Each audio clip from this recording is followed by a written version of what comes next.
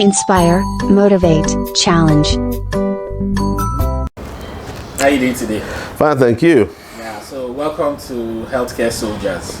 All right. How are you doing? So, I'll just go straight into the questions. Shoot. So I want you to, number one, just introduce yourself and then just give us, highlights of your career journey so far. Your educational background and all your professional endeavors to date. Okay, all right.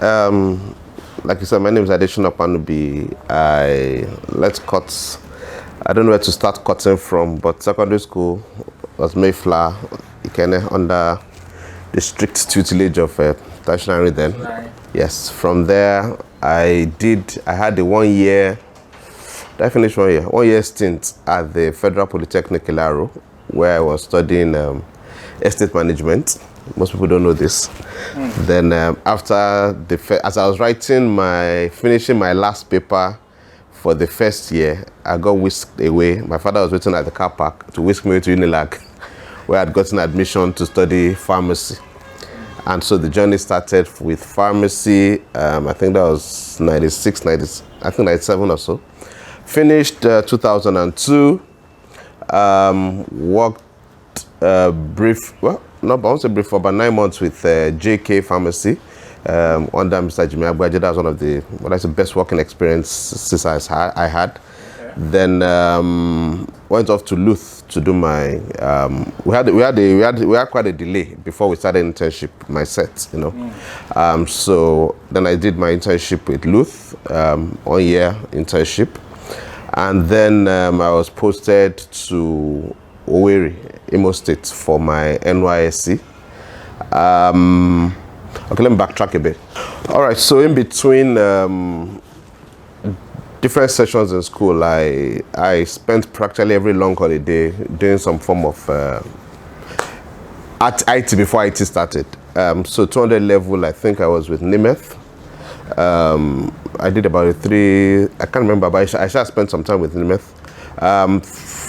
For 300 level was Day Pharmacy. I spent some time there too with Day Pharmacy. Then I think 400 level so I started officially. And so I did it with Rails Pharmaceuticals. And then, of course, 500 level was into internship. The reason why I highlighted those scenarios was because they played a major role in helping me determine what I was going to do after school, because I tell students that they have a unique opportunity as pharmacists, because they have 2 years after school to decide what they either want to do or they don't want to do. You have internship, you have NYSC, and so because every minute after NYSC begins to count against you. And so if you have the opportunity to test the waters as many times as possible, please make the best of it. Because after I finished with Nimeth, I knew for a fact I was not going to do production. I was not cut out for machines and all those things, so that went away. For community pharmacy, working with ACPN. Sorry, just before you go on, I just wanted to touch on manufacturing. Yes. Do you think that career path still exists for us as pharmacists? It exists. There are amazing opportunities in manufacturing, crazy opportunities, because it's the future. You can't market what you don't produce. Nigeria is a net importer of medicines. So if you want to reverse the dynamics, we need to start producing locally. Now, that is a space that has been neglected for so long by pharmacists, and it's understandable. The remuneration is not fantastic. The seeming opportunities for entrepreneurship is not as easy as retail. Let me put it that way. Because the opportunities are there. We've had the likes of Emzo, Drugfield, Mopsin, Chat Cut, and they are doing very well. Oak Faith and the rest of them. So there are opportunities. It's just that the barriers to entry are quite high. It's not looking for a 30 square meter shop and then opening. No, you need machines and all that. But the opportunities are there and they are crazy. I'm right now involved in some measure of manufacturing, which we'll go into later, and I can tell you what I see from where I sit. So that's for a fact. The opportunities are there. It's important that you know what you're called to do. So there are people who will struggle in hospital, will struggle in community, will struggle in marketing, but will flourish in production. Okay. So you need to know what exactly you are wired for, and then even though the rewards may tarry in coming, well, like I said, the pay is not fantastic.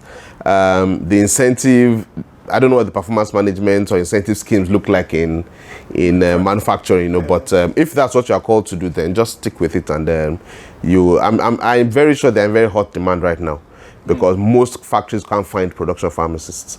Yes, the demand is there. So even if we decide to reverse the trend as an industry, to take a while, because right now people are looking for experienced production people, and there are no, for you to get experience, you must have been there, but it's not too late for us to reverse the trend. But if it's about the viability of that space, it's super viable, in my own opinion. So like I was saying, experience from community, I knew I was not wired to run a community pharmacy. I mean, I had worked there, coupled with the fact that from the DU experience to the JK experience, but I saw amazing opportunities in community pharmacy. I saw what people could do better. And so while in JK, which I said was one of my best opportunities, I worked with Mr. Ajimi Agbaje, who gave me, some latitude to express myself. And we did some very interesting things then, both in the Ikeja and Apapa branch. And so that's what led to some of the things I'm doing currently right now. But the eureka moment for me was when I worked with Reels Pharmaceuticals. Then they were marketing AstraZeneca products. So I was working directly with the AstraZeneca team. It was a wonderful experience. Then through PAN's activities, because I was Secretary of PAN's in Unilag, I had met the founder, Pharmacist Adepopola. I had met the then area sales manager for Lagos, Mr. Patrick Aja, who incidentally is now the managing director of May and Baker. And so when the IT thing started, and we're told to go and look for where to do IT, I just rang Mr. Kukwala up and said, look, this is whatever, and I want to do my IT with you. And he said, no problem, come over. I got to his office that day, and then they called Mr. Patrick Aja and says, because it was new, nobody was doing IT, was a new concept at the time. Yeah. He just said, Patrick, take this boy and do whatever you want to do with him. And so Mr. Patrick, yes, they did. And there was something very interesting about the pay. They paid at the time, because the structure didn't exist, so they didn't know what to pay me. And so they just told me, okay, go and find out how much they pay for this thing you want to do. And so I asked everybody around, I beg, guys, how much are they paying you people? And then I picked the highest that I had, and I told them this is what they paid. They said no problem, they paid. And I mean, some of the friendships I had from Reels, I still have up to date, because it was just so one of the major things I learned from that experience was, number one, I was going to do marketing after school. Not only marketing, I was going to be marketing premium products. Because anybody can sell cheap and cheerful products, but for you to market premium products, you have to know what you are doing. You have to have that confidence and all. So it was clear. And probably that's what, following the Pfizer experience I had, which I'll talk about later, that's what then led to the brands we now pushed into the market, the Moxie brand, which is also premium. Because I think personally, I just can't play at the bottom of the pyramid.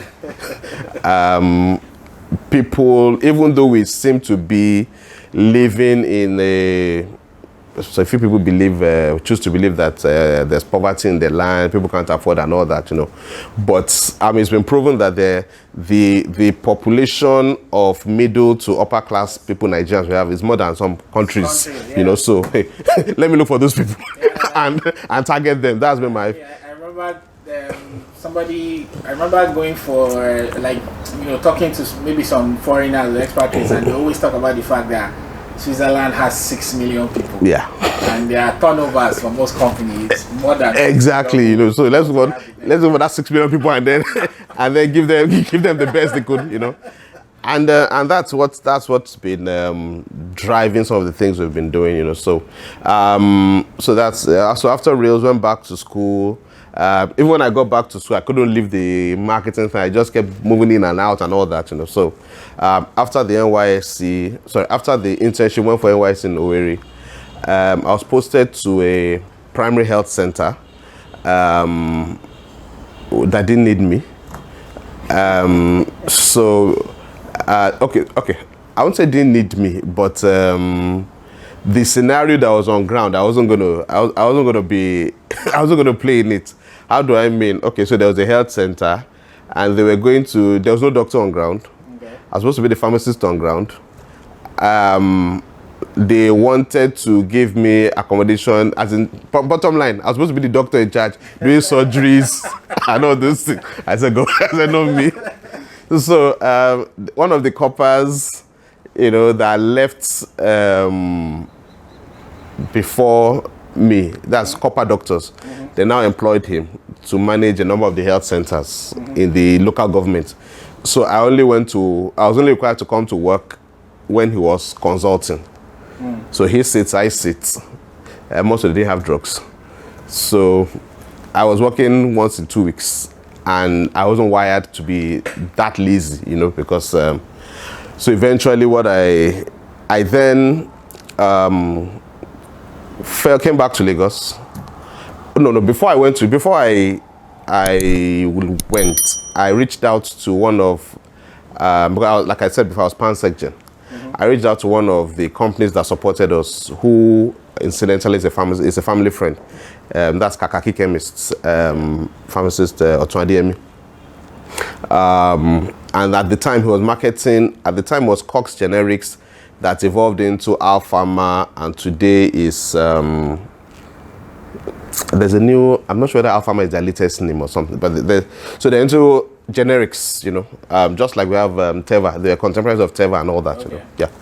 You know, so I reached out to him. He was also marketing Medrich products, and he had Elon multivitamin. So I just reached out to him and said, look, I'm going to Owerri.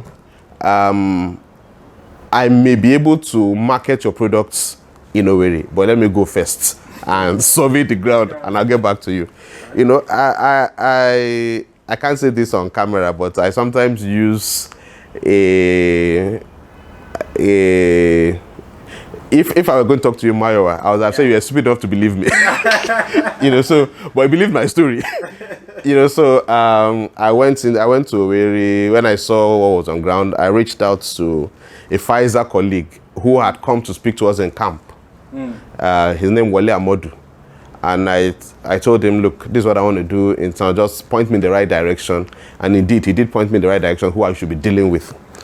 And so, very interesting scenario. I went round. Did I go round or did he take me around? I think I went round, based on the guidance he gave me. And at the time, this was 2004, I think I was able to pull up orders of close to ₦1 million. From just walking up and down, telling people, hey, I'm from this is my price list. They'd given me a price list from Lagos, this. And they placed orders.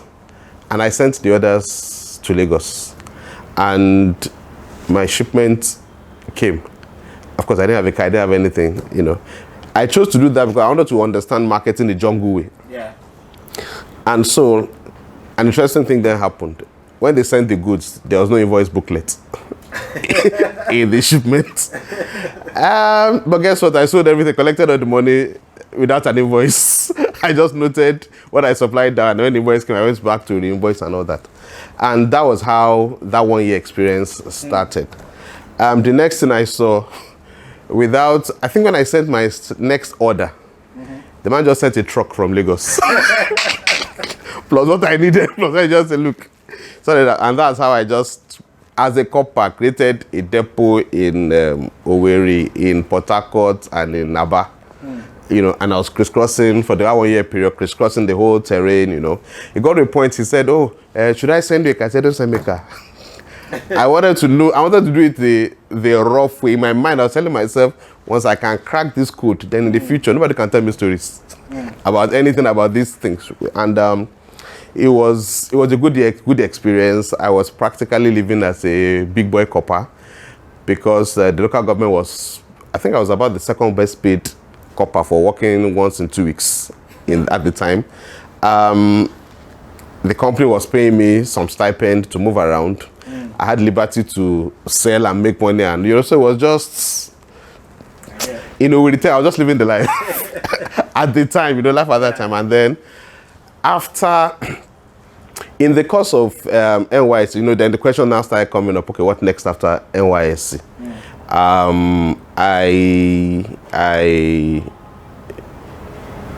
I believe I'm still going to do farming sometime later, but in my mind, I was okay, fine, farming and all that. Okay, farmer, I'll still do one or two things. Okay, should I mention names here? Okay, so as part of the preparing for life after service, I got a call from, we applied for, Supply Evans was recruiting. I said, okay, no problem. I applied. We came to Lagos for the interview. At the time, there's a Gafar, what's her name? Is in Evans. We were serving together in Owerri. He's now the national sales manager.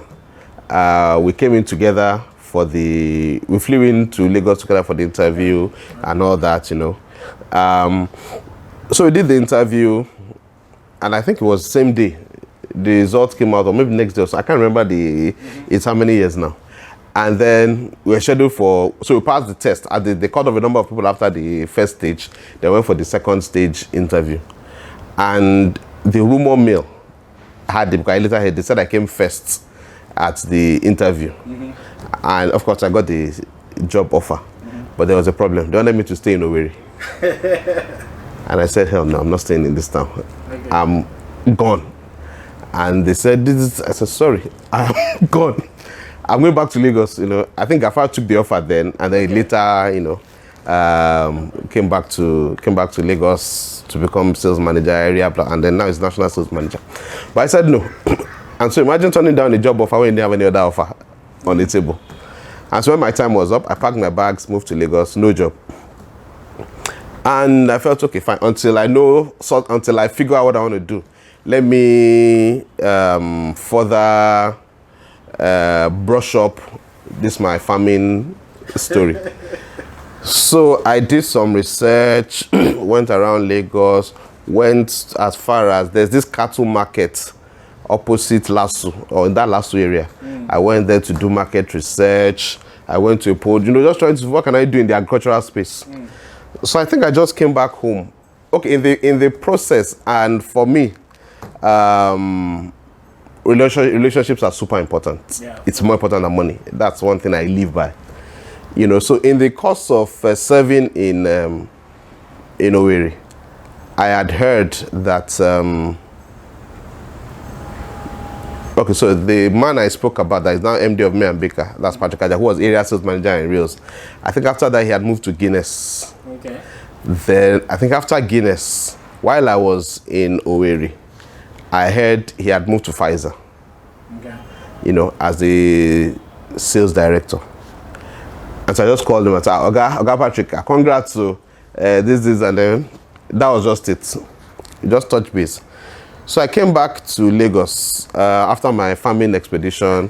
I remember vividly, I was sitting on my dining table trying to put the result of my research together. And I get a call, and it's Mr. Patrick. I said, hey, young man, how are you? I said, fine, sir. What are you doing? I said, I just went to do some agri. Okay, so after I said, finished service. So what are you doing? I said, well, I'm okay. So come and see me. I was okay. I said, okay, sir. Maybe in about 2 or 3. He said, are you okay? See me tomorrow. I said, yes, sir. And so I went there. With this project, you're not serious. This is your career. I said, I'm not support plan. So at the time, they were recruiting for reps and all that. So I put in my application. Of course, I went through the rigorous. Okay, so one thing again. Pfizer was the last place I wanted to work. Why? Prior to that time, for you to come into Pfizer, you will do a very tough exam, like school exam, because they always wanted the best people, do your pharmacology, pharm chem, all those ones. And I was like, me, after managing to finish pharmacy school, I'll now go back and read. I said, God forbid, I'm not doing, so when they called for the interview, I was like, I'm not interested in all this academic. But interestingly, at the time, there was a change in management at that time and all that. So the interview process had been reworked, and that horrendous part had been taken out. So I went through the 3, 4, 5 stage, I can't remember how many stage processes, but bottom line, I was taken. And when I was asked, interestingly, being a Lagos boy, I would have wanted to stay in Lagos. But then I said, no, in Lagos, no. I said, take me to Ibadan, or they were somewhere, because I needed to prove now I had done marketing the jungle way. And for me, the objective was, let me do the marketing the scientific way. And that was why I said, take me to Ibadan, where in no man's land. Let me go and suffer there. And I was lucky I got, as part of the interview, where can you work, where they noted it down, and then I was taken to Ibadan to be the Pfizer rep on ground there, and that was when my career post NYSC then started. Had a jolly time in Ibadan. I used to say then that if a company is not happy with any rep, just send them to Ibadan. Because it looked all like punishment, Ibadan, you have UCH and all the place. I usually tell people that the work the Ibadan rep does is not for the West. It's a national assignment. Because people will come into UCH for training, blah, blah, blah, and then they go back to where they came from, which is typical of most teaching hospitals anyway. But for me, it's about Ibadan, I knew and all that, because before you know it, this guy who you've been nurturing and everything, he has passed his primaries, his consultant, he has gone back to Gombe. Something. So you don't telling the Gombe rep, one of my guys is with you, take advantage of all the work, and all that. So Ibadan, the work, it ran very fast. I met some fantastic people while working in Ibadan. Abiola Adekunle Pharmacy, I was practically under his tutelage. Farm Ramon, good old pharmacy, Then he was probably in Oyo, But then these were people who were committed to my development, so to speak, and they were ready to support an initiative I had to run, FUMAC, fantastic people I worked with in that axis. Yeah. So as part of the restructuring evolution of Pfizer at the time, a corporate affairs and customer relations department was created. And then a director was put in charge. And then a role called medical education and customer relations was then created. And an interview process was put up. And then I applied, and I was taken to the role. So with just about 3 years on the field, I was promoted as the customer relations manager for Pfizer, the region, Nigeria, Ghana, East Africa region. And we had a very interesting, it was another very fun-filled ride, My boss then, Judah Bonu, was, a very, was a good man. Was a great guy, and we came into a scenario where there was nothing. Remember, it's a new department. It's a new department. Pfizer never had corporate affairs and customer relations. And he was formerly marketing director. And that was just going to be my next question. Okay. Was like, obviously that would have been some kind of offshoot of marketing. Yes. So there was this dilemma. He was marketing director. So at the time, they then collapsed sales and marketing into a commercial department so there's a commercial director that the product and marketing managers were reporting into. And so here he was, leaving marketing and supposed to be managing corporate affairs and customer relations. Yeah. And so there was this, what's the difference between marketing and customer relations and all that? So we then had to practically say, okay, let's leave all what marketing We had to then leave all what marketing was about and like create a new agenda for ourselves, you know. And so we sat down together. At the time, Pfizer was, I think they had started then the Pfizer Friendly Pharmacy Initiative and all that. Okay, so we took that, and then we then sat together and he said, okay, well, you know what, let's come up with some form of training for counter assistants, you know.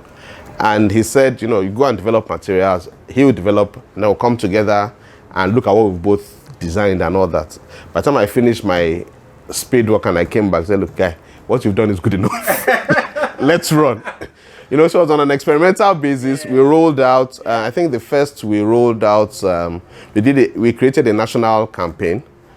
After we did that first run, it was so successful that before the end of the year, the company commissioned the second one. To say what, you know, you need to go again. And then by the next year, it became a regional program. Okay. Such that, and since I was the one that had the soup and the spoon and everything, I had to then deploy that program, I think in 8 cities in Nigeria, 3 cities in Ghana, 3 cities in Kenya. And so here I was traveling from Tadi to Kumasi to Accra to I want to remember my cities now, to Nairobi, to Eldoret, to, you know, and it was fun for me, you know. And I learned a lot of cross-cultural things. And one of the biggest shockers I got was that in Nigeria, if you want to do a program for pharmacists or their staff, the only option for you to do it in the day. Morning, afternoon. If you try it in Ghana and Kenya, they won't come. I think they work in the day and play at night. So I remember doing all our events at night. I remember Kenya, we did the Kenyan event, we finished around 11 p.m. and the place was still full. Everybody was just having a nice time. I was like, okay, now we are learning something new. So after cumulatively 2005 till 2013, about 8 years, I felt it was time to go. And so I put in my papers. Now that whole story is story for another day. But it was a largely, you know, in this part of the world, everything is God, everything is not God, you know. But this was God, you know, because I had done some some spiritual gymnastics. Okay. And let me see how much of it I can put in perspective of this discussion. So way back in school, I've done something, I'd shared a message or something, and I asked the fellowship then to say, look, how much would you need to have to give God this for this purposes, so that people don't get trapped with the number, let's say 100 million. So I said, how much do you need to have to give God 100 million? People said, maybe 1 billion, 2 billion, this. And then I said, look, the correct answer is 100 million, which is giving God everything you have. You know, you need to have only 100 million to give God 100 million. Yeah. So bringing it back in perspective now. So then I looked at so like I said, I'm not going to use the real figure so that people don't get distracted. I looked at my bank, my books, and I was like, come, I've worked for 7 years in this company. Because I was busy having fun all through. It wasn't about money, no. And so I said, I've not even saved up this year. So to follow with the narrative, my target is to save 100 million. We know it's not 100 million, because even at 100 million now, you will see me here. I'll be streaming this interview from the Bahamas. So God helped me that year. Through work, through hustle, through everything I do. I got, by December, when I added what was in this account plus what was in this account, I had 100 million. And then they now tapped me in the shoulder from heaven. He said, remember what you said about 100 million? Now you have it. Do the needful. And I nearly said, get it behind me, Satan. But so I gave all that money to him. And then I belong to this other school of faith that most people, in the last few months or years, the issue of Christianity and tithes and offering has been a very, contentious, but that's not for today. And so I believe to one of those stupid people that believe God enough to say, okay, my first whatever for the year you get. So remember, you've given away everything. Yeah. And then when you want to start the rebuilding process, then you give away. Did I say I just got married around that time? Around that time. Like when did you start a family? Yeah. So so let me do some calculation to know whether. Okay, I was married, and I think at that time I was also pregnant with my second child. Okay. So that's not the time to play games at all. And so after that January, I did what at the time was now normal, And then, it was one that said, you forgot what you said. He now came back again. And I said, now it's time to go. So without anything to fall back on, no reserves, no nothing, he says, now it's time to go. And the only scripture that came to mind was, when God told Abraham, I'm taking to a place I will show you. He didn't tell him where. And so in my stupidity, I said, yes, Lord, let's go. And that's how we started the journey. So I intentionally resigned. People don't understand it. People were, young man, to what? But I intentionally resigned on my birthday. So that I'll remember the dates when I started this stupidity of 18, So, so May 11, 2013, I left Pfizer to whatever I'm doing now. And so... Wait, sorry, just so that I'm clear. So you're saying it was basically a spiritually led decision. 100%. That made you leave Pfizer at the time. Yeah. To start, whatever I'm doing now. The many things I'm doing now. Yeah. Okay. I left in May. And so, of course, spiritual, but then you have to use your sense. So I came up with I now created a PowerPoint slide deck. I titled Exit Plans. So I now started thinking, what can I do? At least something must be bringing in money. Remember, there's nothing to fall back on. So I said, okay, I'll do this training, I'll do that, I will, because bulk of what I was doing in Pfizer was around training and all that. So I said, okay, I'll do all that, But then,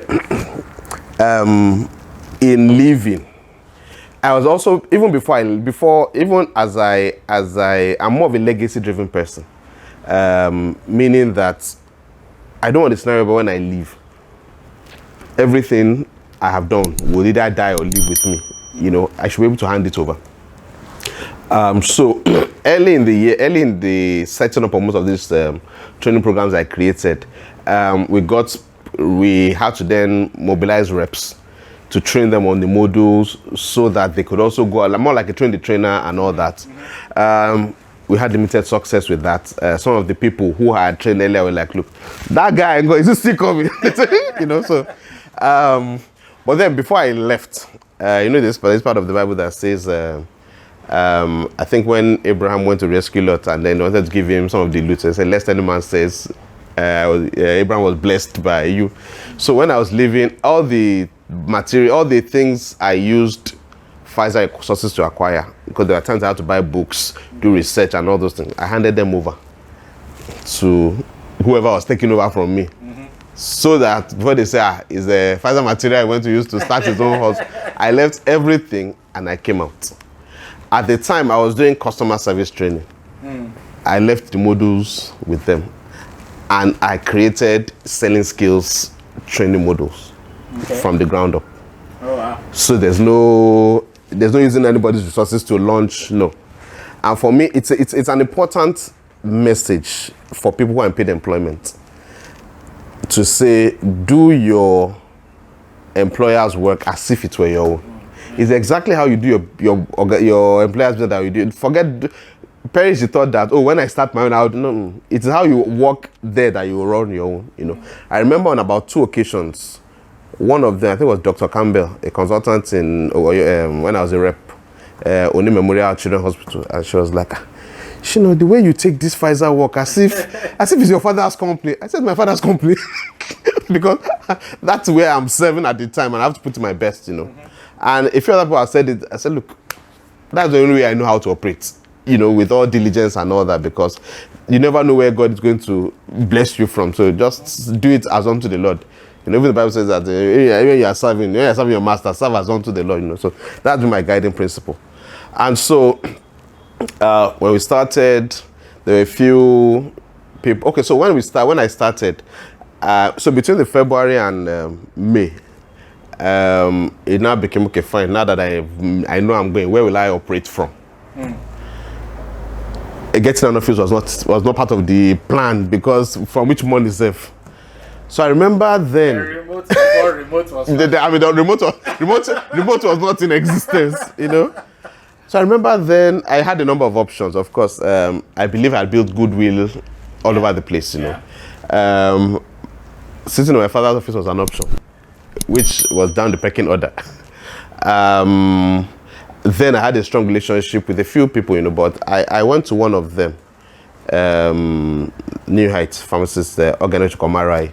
I remember vividly the former Mainland Business Plaza. That's where he was at the time. And I was like, I'm leaving, this, that, and I need a place to be hiding my head. And guys, there's conference room there now. So, you can just go and sit down there and be doing your stuff and all that. And that is how we started, and then things just kept growing from there. From there he moves to where we are now, and then on and around, and then of course he keeps growing, and by God's grace I also keep growing and all that. So we start with those trainings. I run some of those customer care trainings for him, a few people, and gradually from there things begin to pick up. One of the things I planned to do is what we now know as Farm Alliance. To say, having done trainings with pharmacists and their staff and all that, I've seen the critical gap. I had started some form of consulting with a few of the people, and they claimed they were seeing impact, they were seeing results. And I was like, okay, fine. Then because of my work schedule, I couldn't do a full-time site, and I was getting the demand for my side time was getting too much, so I thought, okay, let's bring all these guys together into one group and start off. Yeah, so sorry, just pause a bit. Okay. What was your entity called at the time when you started the whole customer service training thing? Did you have a company registered at that point in time? Okay. So way back in, I think while I was still in Pfizer, I had incorporated the company, Shina and Clo. Oh, okay. Shina and Clo, yeah. So that had been there. Okay. And that had been a vehicle that I had used for a number of things in the past, So that's what I started off with. Okay. But for Farm Alliance, and I had to incorporate a new entity, So I incorporated Farm Alliance Consulting. And so we said, okay, fine, let's gather people. So we sent out messages, bulk SMSs. I had every opportunity to speak. I was introducing the concept and all that. Starting soon. Mm-hmm. And then we started in November 2013, the same year I left Pfizer. Oh, really? Yeah, we started a few months. So I left in May. We launched in November, 6 months after. Sorry, when you say launch, are you saying you launched the panel? Farm Alliance. Okay, just panel is another story. Okay. We'll still get to panel somewhere down the line. I'm sure by the time I finish this one, I would have answered most of the questions. I imagine. Yeah, and so by the time we got to, when we done all the announcements, sending message over 1,000 community pharmacists in Lagos, this, that. Day one, let's, like an information session, so to speak, and all that. How many people were interested? 9 people showed up. And so, Farm Alliance started with 9 people. Until today, I celebrate those 9 guys who believed when there was nothing to believe in. And this month, we gave our we celebrated people who had been with Farm Alliance for more than 5 years. There were about 49 of them or so. And of the initial 9 disciples, we still have 6 of them still in the group 8 years after. I mean, some had relocated, some had, different things, but and we still have 6 who are with us, and so that's how the Farm Alliance journey started. So I think that can suffice from my story up till now. But sorry, just for clarity, when yes, you say the group, yes, and you started with 9 people, what yes, group? What do you mean? That's Farm Alliance. Okay, so Farm Alliance is a retail pharmacy business network. Okay. It's a subscription-based network. Okay. People pay to be members of the group. And once you're in the group, you enjoy insurance, accounting, business support, and all that. Yeah. That initial group of 9 now has 83 businesses in the network, largely in Lagos. Our next biggest cluster is in Ibadan. Ibadan, I think, has about 20 businesses, but Lagos has about 50-something businesses. Last year, when COVID launched in Nigeria, we launched the Star membership plan. Okay. And so we now have members all over the country. So we have members in Ogun State, we have in Edo State, we have in Benue State, we have in Cross River, Abuja, Akwa Ibom. We have members in all those places. And so most of our meetings are now either virtual or streamed. So what that means is that if we have a physical meeting, we now stream it to all those who are not physically present. And so that's where Farm Alliance is now. Okay, fantastic. And we like to say we have a combined turnover of close to 20 billion naira. Oh. Yes. That's cool. Very inspiring. Thank you, sir. So just some quick fire questions. Yes, sir. So you talked about you were the SecGen for PANS. Yes, sir. Was that PANS in Unilag? PANS Unilag. Okay, not the... No, national. Unilag, yes. So, I mean, I just, like for maybe young people or students who are watching this. Okay. Like and is there like an advantage for being very active in your school student association thing? Is there any additional skill or benefits that adds to you, or just I believe so.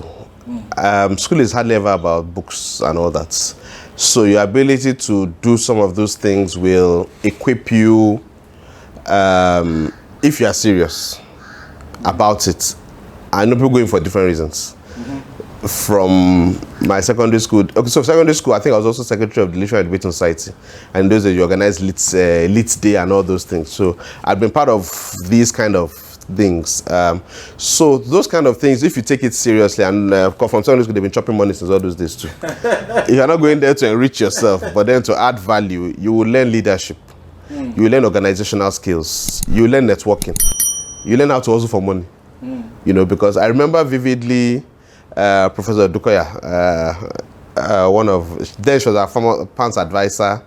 She was advisor to PANS at the time, Cognos, yes. And she's, of course, if you're she's one of those strict lecturers and all that. And I remember then I was on the road hustling money. And I heard she came to class because I was not in class. I was on the road. I said, "Where's Opanubi?" He's out there. What are you people doing here? He has gone out there.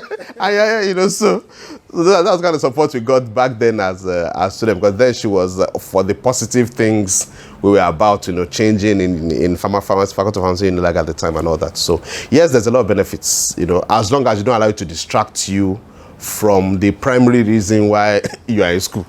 You're able to do PANS because you're a student. You don't lose your studentship to PANS activism and all that. Yeah. So that's it. So I want to go into a little bit of controversial territory. Yeah, now. Feel free. I can even remove this part. Okay. if it's too... So, we have an association of community pharmacists. Yes. We have the national ACPM body. Yeah. We have the regional. We have so many of them. Yeah. And then you talked about panel starting by you discovering that there is a gap between people who are successful in the retail pharmacy business and people who are struggling. Yeah. And then you decided to bring people together and bring different experts, whether it's financial, logistics, whatever, to bring them together to close that gap. Yeah.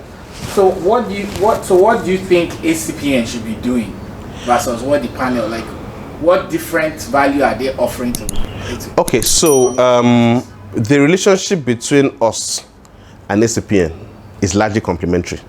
Okay. We work together on most projects, right? When I say ACPN, from zonal to states to national, we work together most of the time.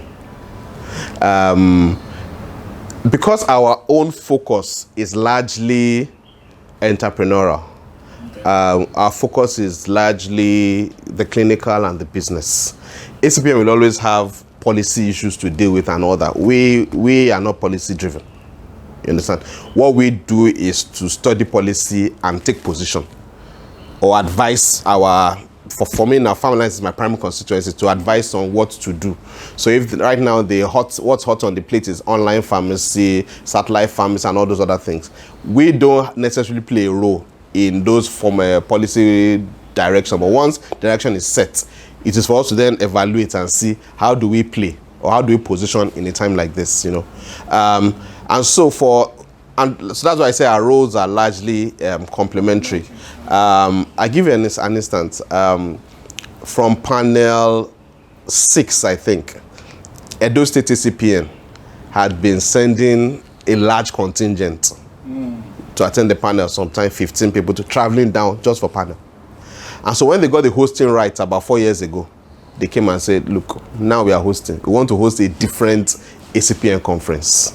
Okay. And I worked with them to help host that conference. Okay. You know, so that's the kind of complementary relationships we have.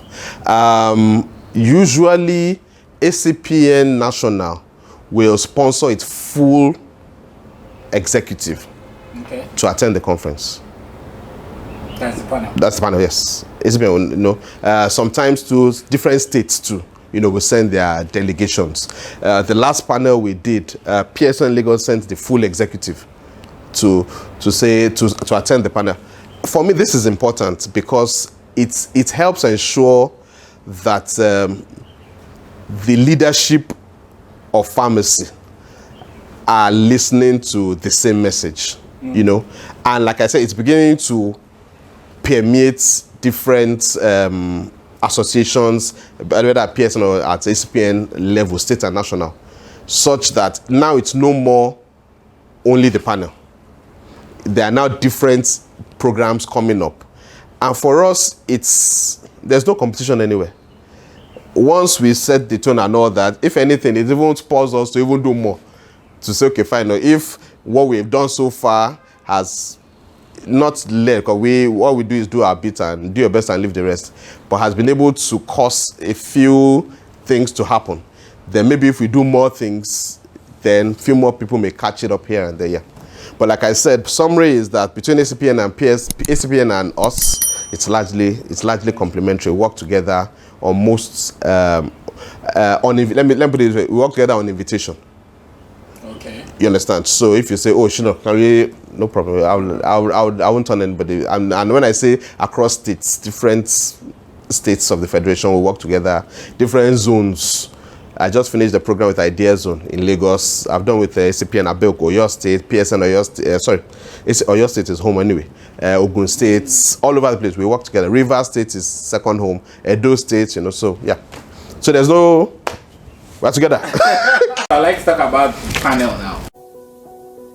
Right from panel 1, which was about 13 years ago, I've attended every single panel event.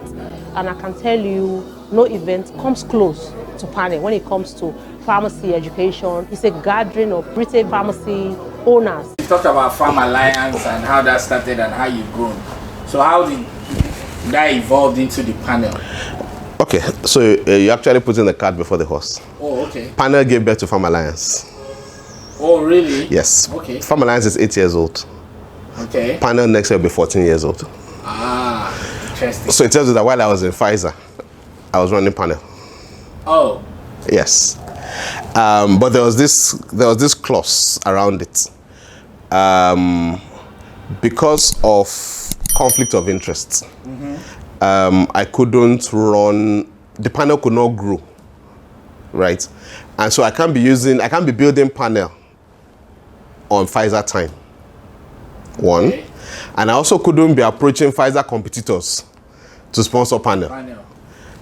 And to cap it, one of my advisors then, Pharmacist Remy Adeshina, when I was approaching him he called my attention to it and said, look, he cannot be a part of anything like this because of the potential conflict it has. And we looked at it together and we agreed that there will be no conflict. Meaning that I will not do this work on Pfizer time. Number two, I would also structure it in a way that does not put any of the participants in the line of risk. And so that's why throughout the time I was in Pfizer, I only ran panel during my leave. Interesting. And so you can imagine working the whole year, and the only time you have to catch your breath, you are using it to organize a conference. You understand? So it was, so panel started 2009. I left Pfizer in 2013. So the first four years of my life at that time was back-to-back hustle. You know, it was when I now left that I was able to express myself the way I really wanted to express myself. So yes, so panel started 2009. I came back to Lagos 2008 after less than 3 years on the field as a rep to become the manager, the customer relations manager. And I had learnt at the feet of Kunlera in Ibadan. I had learnt at the feet of Fumak, Gudo.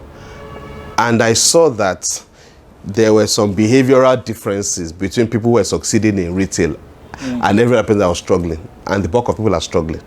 And I said, okay, fine. I said, there's a big knowledge gap. Let's use this platform. Let me create a platform to bridge that knowledge gap. One of the first engagements I did in Lagos when I came in, I think around August 2008. I got an invite from, it sounds very funny, from Alps to Pharmacist to come and anchor their December annual program. Imagine a guy being the anchor, we lead this program and all that. But I came, and the keynote speaker for that day was Bukky George. Okay. That was the first time I was meeting her. And we resonated. I mean, it was an immediate resonance that clicked and all that. And we kept in touch after that and all that. So when the panel vision came, I shared with her, and I said, okay, fine, no problem. I can speak on the platform, okay? So there was Bukky George, then there was Charles Omoriga. Charles was a pharmacist who was then in marketing communications, and at the time he had approached Pfizer for branding work and all that. So I said, okay, fine. If the pharmacist who is into branding, maybe he can come and teach community pharmacists about branding. So he came on board. There were 4 of them. I know there was RDJ. I'm trying to remember who the 4th person was. There were 4 speakers at the first edition of the panel. I remember the 4th one. But RDJ at the time was like the master stroke. How did I get RDJ? It was through Professor Larry Bale. So Larry Bale has been an all-time mentor to me and all that, So I remember meeting him at the time. This First Foundation was just beside the Pfizer office at the Bola House in Okwebi. Okay. So I had to meet with him. I think he had just finished a workshop or something. So we're discussing in the evening. And there was he has this friend who is of late now, God rest his soul, Richie Dyer Johnson. And so I spoke to him about training, about consulting, about public speaking and all those things, how do I hold my skills and all that. So he just placed the call to, that was in 2008, around the time I had done that Alps program. It was a December time. So he said, there's this guy RDJ, this, but he doesn't know whether he's in the country and all that he's based in the UK. So he just picked his phone and called him. By divine providence, RDJ was just down the road. So he said, where are you? Okay. So the guy connected with us at the First Foundation building. you know, and you know, I was like, okay, so how are you? This is this, you know, we got talking and said, so you want to do public speaker? I said, oh yes, sir. You know, training and all that. He said, how? No, not that I want to do. He said, I said I'm a speaker. Yeah, because I was. Sorry, before you carry on, what you said, because I always remember that you've been doing. Yeah. Okay, yeah. So. Pants, yeah, so I can't remember what the discussion was, but I positioned myself as a speaker who wanted to, you know, take my speaking to the next level. Professional. Yeah, you know, so how much have you made in the last 1 month? Luckily, I had revenue. Okay. From Alps then, you know, that envelope they'll give you. I say, thanks for coming. So I proudly said, oh yes, I made, let me not say how much I was paid. He said, He said, I just made, I can't remember, some millions, from speaking. My mouth, it took a while for the thing to close. He said, young man, this is serious business. I said, okay, sir. You know, so from there we built a relationship, and then he was one of the speakers at the panel, the first edition of the panel. So for panel, for me to get, so the first thing he did there was to introduce me to Toastmasters. Okay. That's a public speaking and leadership platform. So I joined Toastmasters and all that. So I was while under his tutelage in Toastmasters, and I bridged the idea to him. And he said, okay, and I credit him for how far the panel has come over time, because he made me make 2 commitments I didn't understand I was making at the time. He said, number 1, this program will not be a made in Nigeria event. You know, this is our crooked way of doing things. Let shall do it, shall let them not say we didn't do anything. You know, there has to be a standard world-class event. That's 1. Okay. And then number 2, it must not end at panel 1. It must be an annual event and all that. That he's not into all these hogwash programs. And I said, no problem, sir. Okay, you know. And then we kicked off. And so we planned for 100 people, you know, to come for the program. We used the first foundation. There was no money to host the event. I tell people and they laugh. I said the money we only secured the hall. It was as people were coming and paid that we paid for the hall.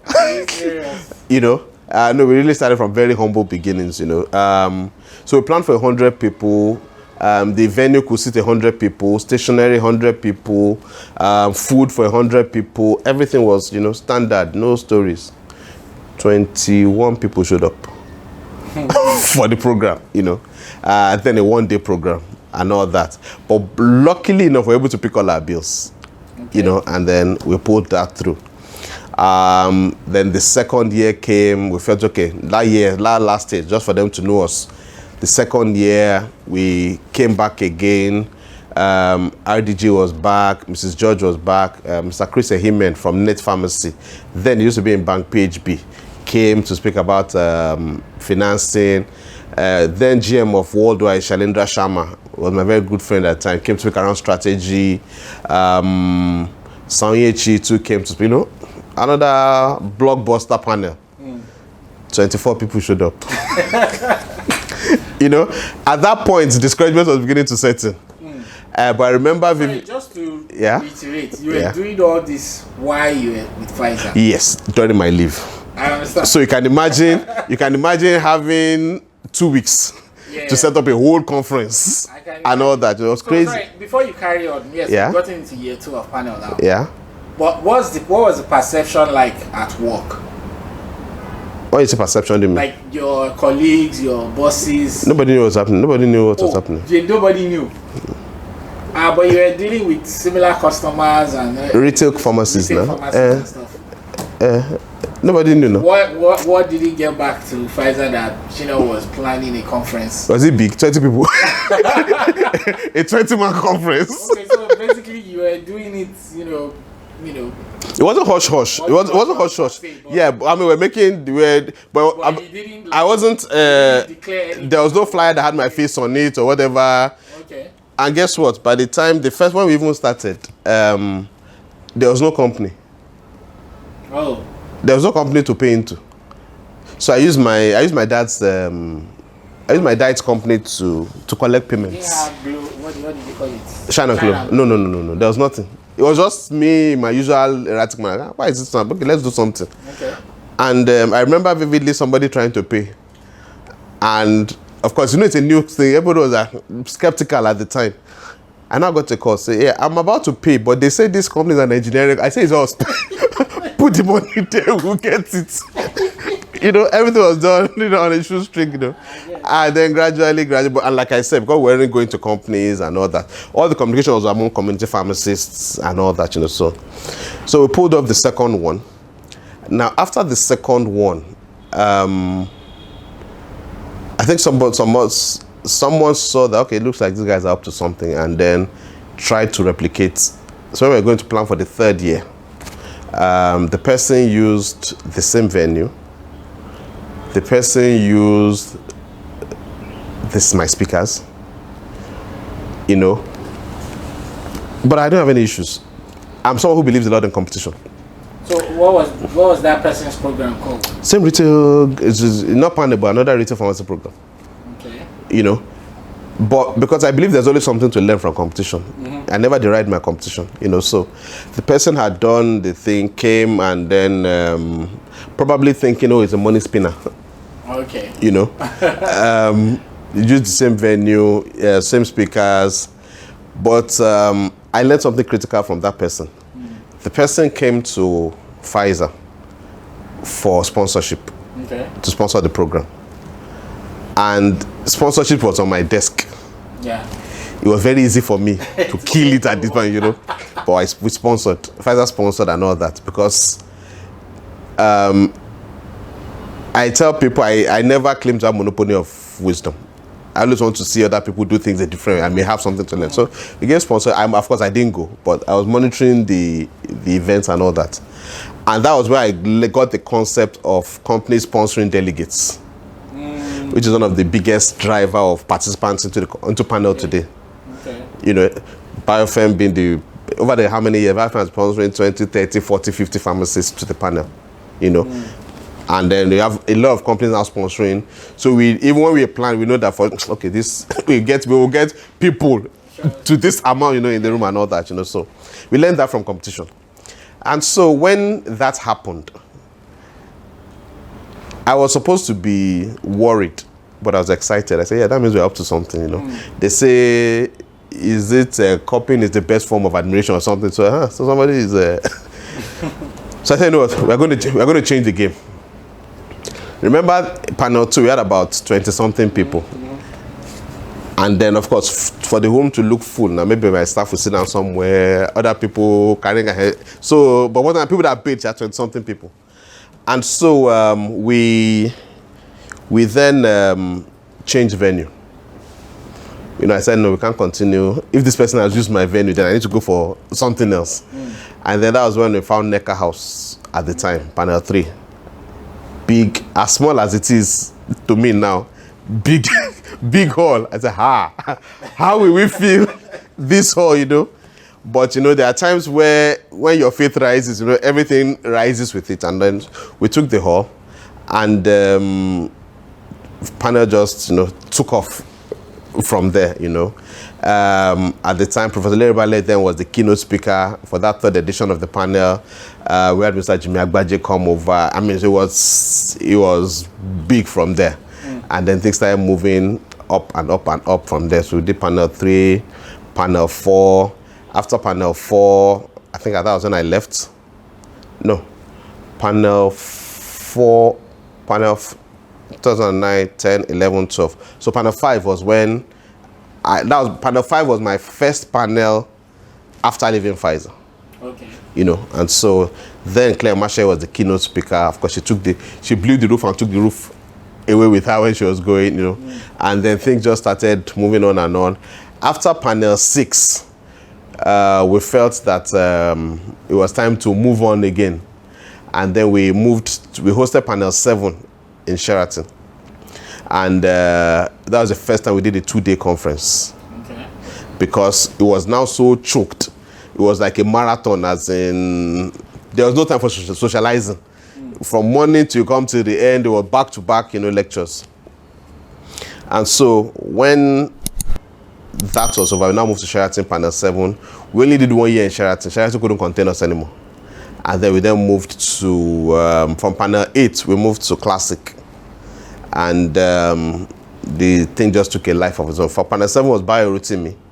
Bayorotimi is now the managing director of Greenwich Merchant Bank. You know, he also came, threw everybody, blew everyone up to smithereens, and so panel then began to develop a reputation as that place enlightened community pharmacists go to, you know, for wisdom impartition and all that, you know.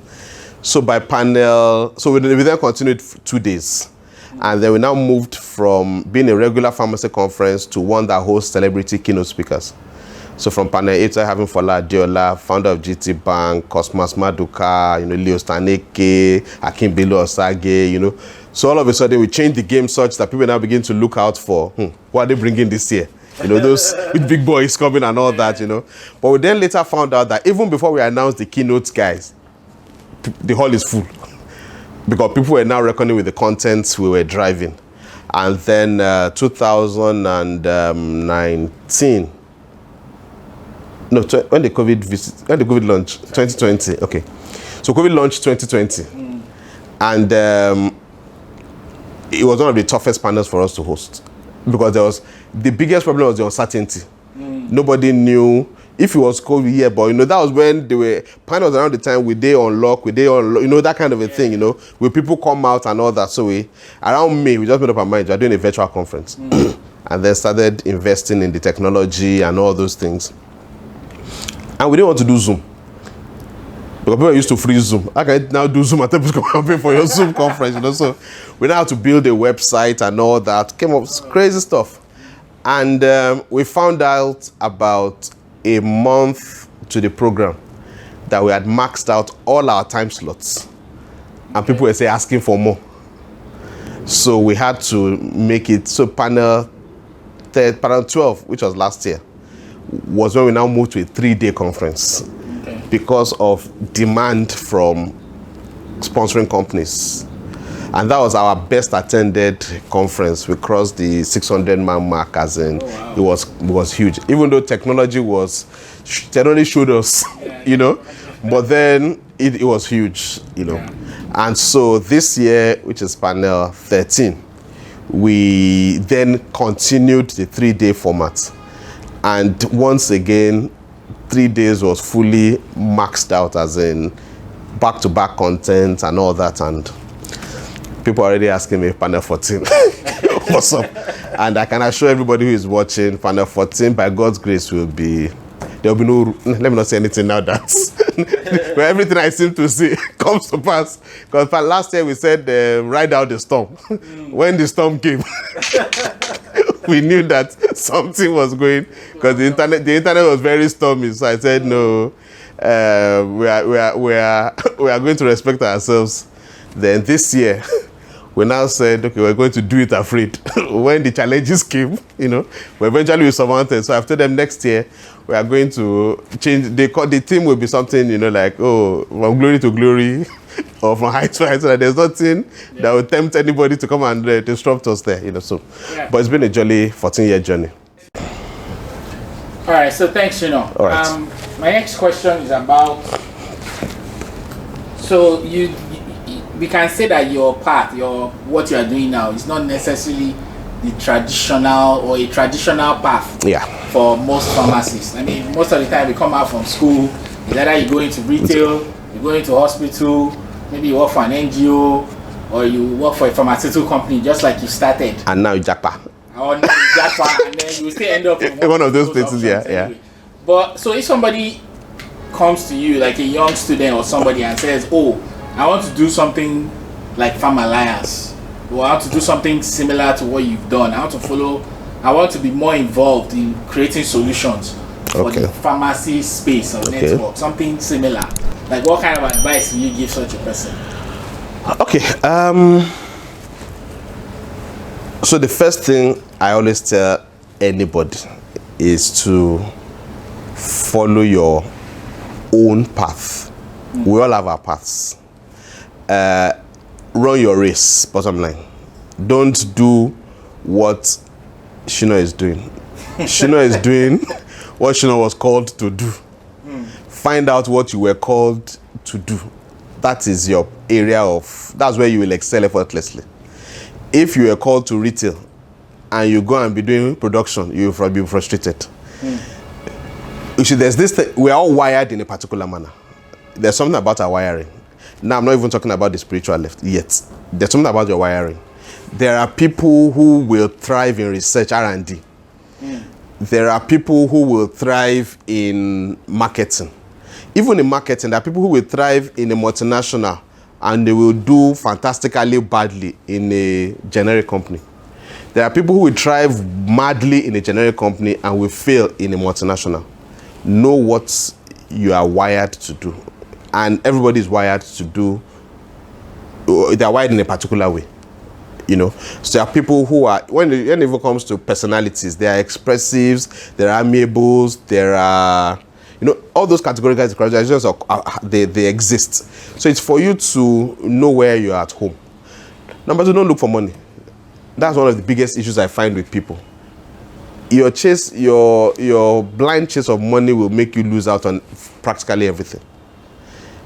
And there's a simple formula I use to teach this to young pharmacists, especially. I think next week, just this morning, I found out that the session, YPG, another group I work very closely because I believe strongly in those guys. YPG was organizing a leadership summit, and they say I'll be speaking in the summit. And that's the key message to them. You see, when you're looking for money, there's a process by which money comes. If you break that process, you can't make money. Money comes in exchange for value created. Value is created when you provide the solution. A solution can only be a solution when it's a response to a problem. So if you follow that formula, you can't get poor. Anybody you talk about today who is rich legally followed that pathway. Davido, the 30 billion gang, is rich because he created value to a particular set of people. I'm not sure whether I've added a dime to his net worth. However, a number of people out there have added their 5,000 naira, 10,000 naira, their download, the fact that they are following him, which makes brands want to associate with him and all those things, And he's only doing that because he's providing a solution. What solution is it? Providing a solution to your problem of joblessness, laziness, wanting to look for entertainment and all that. So that's the way it works. So the question is, what solution, what problem are you seeing in the space that you want to solve? And my brother, there are too many problems in pharmacy. Too many. I can't solve a tenth of them because I'm not wired even to see some of them. The guys in manufacturing are facing their own kettle of fish.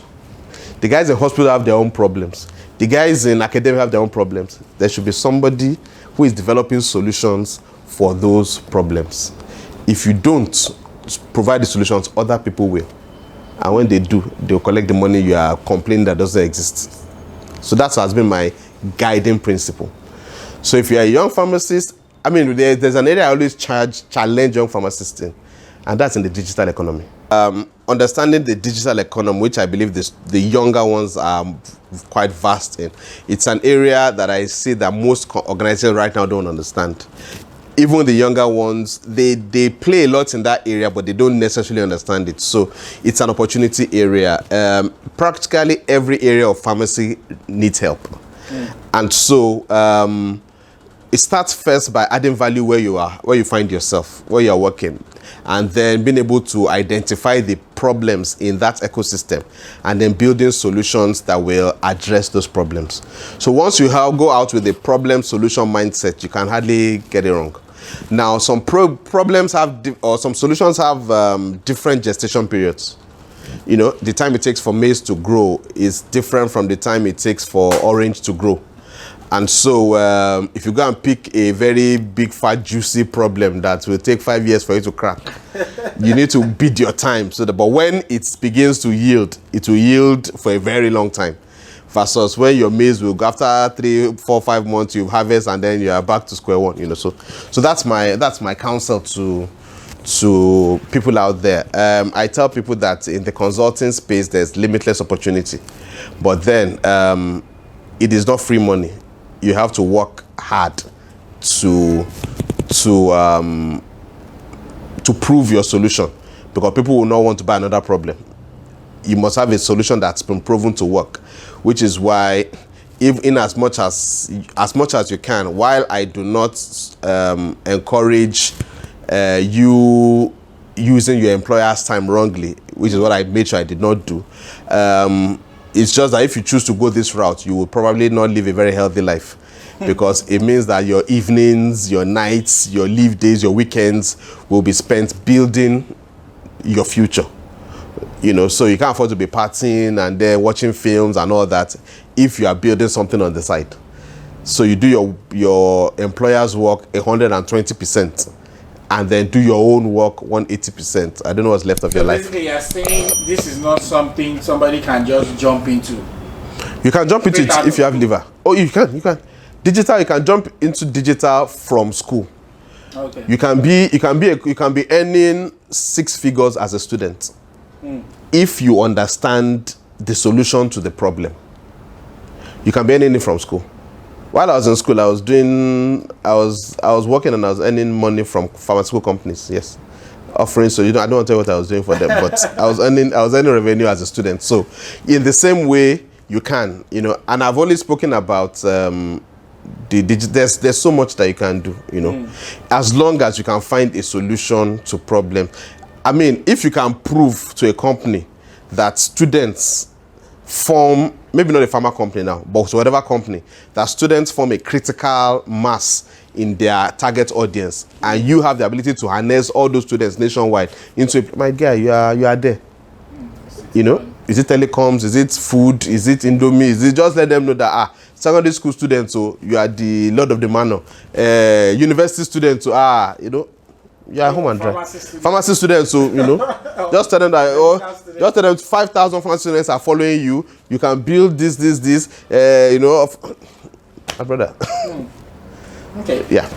You know that, especially nowadays, I realize a lot of school of thoughts, they call them, are changing or evolving. Okay. So I remember there used to be a lot of talk about focus and focusing on maybe one thing at a time. Yeah. And things like that. But I mean, if you look at your experience and your career, you are doing quite a number of things. If you are not working with ACPN today, panel tomorrow, Farm Alliance, all the people that you collaborate with. Yeah. So I mean, what's your thought? Just wanted to get your perspective on that, about doing so many things. As diverse as all of that seems, there's still focus in that is all pharmacy. Okay. So I'm not doing it for lawyers. I'm not doing it for mechanics. Okay. It's all pharmacy. Okay. So there's still focus there. Now, there is an advantage in being broad, and there's a disadvantage in being broad. There's an advantage in being focused, and there's a disadvantage in being focused. Balance is the key. Now, if you are too focused, anything can happen, and you are not sensitive to what's happening around you. Yeah. You will find out that you end up in an environment that doesn't exist. All of a sudden, yes, policy, you are blown out and you are totally irrelevant. Imagine somebody who has a very fantastic video cassette or audio cassette production facility. If the person, whoever that is out of business. Now, the smart guy would have been the guy that pivoted into CDs. Yeah. But CDs is also gone now. Now, the keynote speaker for this year, Mrs. Kofo Akikugbe, that was what she was speaking to at the conference, with her company that was into the manufacturing of security cards. Now, the beauty of her keynote was that even right now, she has built another organization that is disrupting that organization to create a cardless organization, because a day will come when cards will be out of use, and what happens to you at that time? So you had better be the one disrupting yourself rather than being disrupted by competition. And so that is the thought. If you are broad, the disadvantage in being broad is that you're not able to focus fully on any of those things. I tell people, if I focus all my energies on Farm Alliance, I know where Farm Alliance will be. If I focus all my energies on Moxie, I know where Moxie will be. But because I'm spread across so many things, I'm just able to give a little to each. However, if I didn't have those so many things, there are so many businesses that have died along the way that if that was the only thing I was doing, and I've been asking you for employment, as a senior brand manager. Wherever. That you mentioned Moxie. Yes. So just tell us about Moxie. How did that start? Okay, Moxie. Moxie is it's another crazy project, which was born out of an inner conviction. Reports reaching our studios reveal that Moxie, the long-awaited premium range of children medicines, is now available in Nigeria. When I was leaving Pfizer, Moxie was never, I never planned to, if I was going to own any product line, it would have been herbal products, which may still come anyway, because that's another gold mine that is yet to be tapped in this part of the world. So why did we start Moxie? I was part of, there was this tension between community pharmacists, wholesale and retail, and NAFDAC some 3 odd years ago. It's an ongoing battle, and it's about imported products. Don't stock this, don't stock that, don't stock imported OTC, this. And it was largely born out of, if you ask me, insincerity largely, and hypocrisy. Because these people who are making noise are the ones using the products. You know, it got so bad that there are times in the room, and it was so externally and even internally, because the retail pharmacists were not, even the retailer was not agreeing with the wholesaler. The two of them were not agreeing with the local manufacturer. The local manufacturer is the same person that's also bringing in his own imported product. So there was a lot of mess around, and nobody was ready to speak the truth to themselves. And so working with a few stakeholders, Nemit, New Heights, a few people, and I was invited like a neutral party to put it together, and then I then invited I remember them inviting Abimbaladi back, and so let's have a meet, let's have a discussion around these issues. What exactly are we talking about? Nigeria, to a large extent, will never be able to produce all the medicines it will consume. Never. No country does it. You import, but let there be a guideline to the importation. There are some things we should not be importing. There are some things we should plan to stop importing. There are some things we will never be able to produce, so we must import to the rest of our lives. How do we now become a net exporter also? So those were the discussions. So it was clear that some things needed to stop. Some things, some high-level biologics we'll never be able to produce. So how do we then make it available in a timely manner, such that bureaucracy does not affect? So we had this meeting then, in Sheraton, driven by ACPN, because that's the platform that the pharmacists ride on, NAFDAC, and we had a very constructive engagement. And some of the issues some of the products that were not, that we didn't have any business importing anymore, were, even though they were banned, NAFDAC had this list of banned, not the latest list, the first list of banned products. They were banned, and so even though the quantity that was imported was insignificant, considering the universe of products consumed in Nigeria, but the manufacturers were still insisting that it's that insignificant amount that is not making them sell. Some things are just worth laughing over. But realistically, we agreed that there is no basis for importing paracetamol suspension, all those OTCs. We should be able to produce them locally. Indeed, we are producing, but we're not producing global quality that some people wanted. And so I then sat down and said, look, what is it gonna that we are killing ourselves over? What is in, I mentioned, what is in Calpol? What is in Calprofen? What is in Advil? What's all that we cannot do locally? What are they doing that we can't do? And so we sat down, we did some data analysis, real life data, and we saw that, okay, so two of the most frequently prescribed medicines at OTC level was paracetamol, vitamin C. And we said, okay, no, we'll pick those two. We will build world-class brands out of them. Everything the global brand has, we will have. And we'll do it 100% locally. to prove a point. So Moxie was an Aluta attempt to call people's consciousness to what we can do locally. And I'm very happy with the result we've gotten so far. Because they say, hey, locally, who produces? Even when I mention the company, they say, hey, which company is that? I say, that's the real thing I want you to, that's the real response I want from you. And so we pick the products. What's in the products? What they are active, whatever. He said, fine, we'll tackle that. And I can tell you for free, our vitamin C is from Europe. It's the company we buy from is a spin-off. It's I can give the name for free. You can't buy it. It's too expensive. I remember the name of it. It's a spin-off of a Rush company. Yeah. You know. I'll try and remember the name before I finish. You know, so Rush invented vitamin C. thank you. Yeah. So it is that company. So Rush invented vitamin C. So that is that company that invented vitamin C. That is our vitamin C. You know. Now, to lay credence to what I'm saying, I was in a meeting last year, ACPN, and one of the manufacturers was saying that, look, pharmacists, we need to start telling ourselves the truth, that the price of vitamin C per kg moved from 1,000 to 4,000, and people's prices have not increased. That what are people doing, blah, blah, blah. I said, as at the time he was talking of 1,000, we were buying our vitamin C for 17,000 naira per kg. So when you say Mox is expensive, I don't have any apologies. We know what is inside each of those bottles. Our flavors are not from Asia. Our flavors are from Europe. Do you understand? So that's why the tastes of both the two medicines we have in the market now are second to none. So the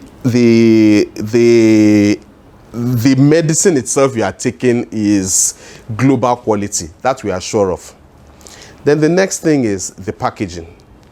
Our package was designed in this office locally to show you that Nigerian designers too can come up with global, because people just come and without touching the quality of the packaging material, it looks imported. That is that is a perception thing. Yeah. And we did that locally. Now we say, what else do these products have? A child resistant cap, no problem. We are using child resistant cap for our products. A cap or syringe, we are using syringe for what else? So tell me, what else are you looking for? And so that is the driving force between the Moxie. It's a movement, the Moxie movement. And I'm happy right now because a number of young organizations have come to us and say, look, who does this for you? We want to do the same locally. And if those things come to pass, then we would have done our work, which is to agitate the local system. So guys, wake up. There's so much we can do. And so in the pipeline now, we have about 3-4 products coming up in the next 1 or 2 years. We've commissioned a number of them, you know, to start. Because just look at the echoes and you're wondering, why does this thing not exist? And you find out that just because nobody has thought about it, you know. So Moxie paracetamol, Moxie vitamin C. Are we doing mad volumes? Of course not. Not like our senior brothers in the industry. we have left it for them. But we tell people that when you want paracetamol that works like this, then you go for Moxie. The taste is out of, if you allow me to promote Moxie, I will leave this place, you know. And same thing with our vitamin C. You know, even though it's not a bragging right, those two are the most expensive in their categories. The next most expensive to them, paracetamol vitamin C, is like half the price. But then the market is still buying. Remember what I told you when I was working in Reels? I said, look, I was going to sell premium products. Premium is actually with quality. You understand? So there are those, and we believe that in these 200 million people, there's still that 1%, which is 2 million, that are looking for quality. Let us target those 1 million. And the market has responded very positively to our inroad. A number of people have also tried to follow suit, but most people try to copy the end. They don't start from the beginning, you know, and they are running into murky waters, you know. So before the end of 2022, we're hopeful that one of our next brands will be launched, and then in 2023, by God's grace, maybe the remaining 3 that we have for now will come into the mix, you know. And it's all the same underlying message: top quality, brilliant packaging, and the rest. Yeah. Okay, this doesn't have to go into it, but I'm just curious. So who's doing your manufacturing? Okay, so I can give you all the information free of charge. The manufacturing company is Oakfaith. Okay. Oakfaith Pharmaceuticals, yes. They're the ones who manufacture. We produce our packages locally. From Romarong, from Songhai. They produce. The interesting thing, somebody came to my office and was asking about packaging. They wanted to use our packaging. I said, interestingly, these guys produce for many pharmaceutical companies. He said, but why is it? I said, I don't know why. Why are they all not like your own? I said, I don't know. But it is the same grammage, the same thing. It's what you give them that they produce for you. Yeah, it's specific. Specific. So our specs are there. Our bottle. Someone was saying, this is your bottle. I said, look, our bottle are the same PET bottle, amber bottle, but pick our bottle and any other pharma, you see there's a difference. It is more expensive, So we need to, so when you say Moxie is expensive, we are saying, look at the investments we have put in there, so that we are sure that whatever you get eventually, you can go and sleep with it. Okay, so final question. Yes, sir. Is Moxie the first premium locally produced paracetamol brand? First premium. Paracetamol. Homegrown, yes. How do you mean homegrown? Calpol was produced locally before. No, but is it Calpol wasn't premium now? Calpol is locally produced Calpol. Yeah, so locally produced Calpol was the most expensive, was premium, yes. Okay, so let me explain. Okay. If I could have pulled up my laptop, we did the price comparison. Okay. At the time we were coming in, so locally produced Calpol then was 400 and something naira. Okay. 60 mil. No. Sorry. Was 200 and something naira. 60 mil. Most of the generics were like 120, 130, 150-ish. Suspension, no. Syrup 60 mil was somewhere selling less than 100 naira. Somewhere early hundreds. Suspension was late hundreds for generic companies. Calpol was in the 200, late 200s. I think Moxie, so Moxie is the only 100 mil paracetamol. Okay. Every other person 60 mil. But then when we even then did the markup to 100 mil for all of them, the generic suspensions, not syrups now came to about 200 and something. Calpol came to 400 and something, and then we were slightly higher than Calpol. Okay. It was some wholesalers still don't understand, wait till you chop that you are pricing at that level. And I'm like, look, it's not for everybody. Yeah, so yes, Calpol local was premium, price-wise was premium versus every other thing in the market. But we just chop extra liver and say, you know what, we are the premiumists, and the children still thank us till tomorrow for it. All right. It's a crazy marketing experiment, but hey, it's we are enjoying ourselves. It's not for the money; it's just to prove a point. So how much is Calpol?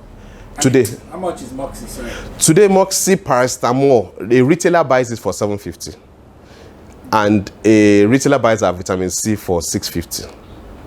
Okay. Others are selling for 200 and something, 300 and something. But I usually like to benchmark. I say our classmates, which is the Calpol imported, which NAFDAC must not catch you selling, is 4,000 plus, and the rest of them. Yes, so compared to our classmates, we are very cheap. Yeah, but compared to the other people in the class, well, the choice is yours. Relative. Yeah. All right, thank you, Shina. You're welcome. It's nice being being ordained a health soldier, a healthcare soldier. Yeah.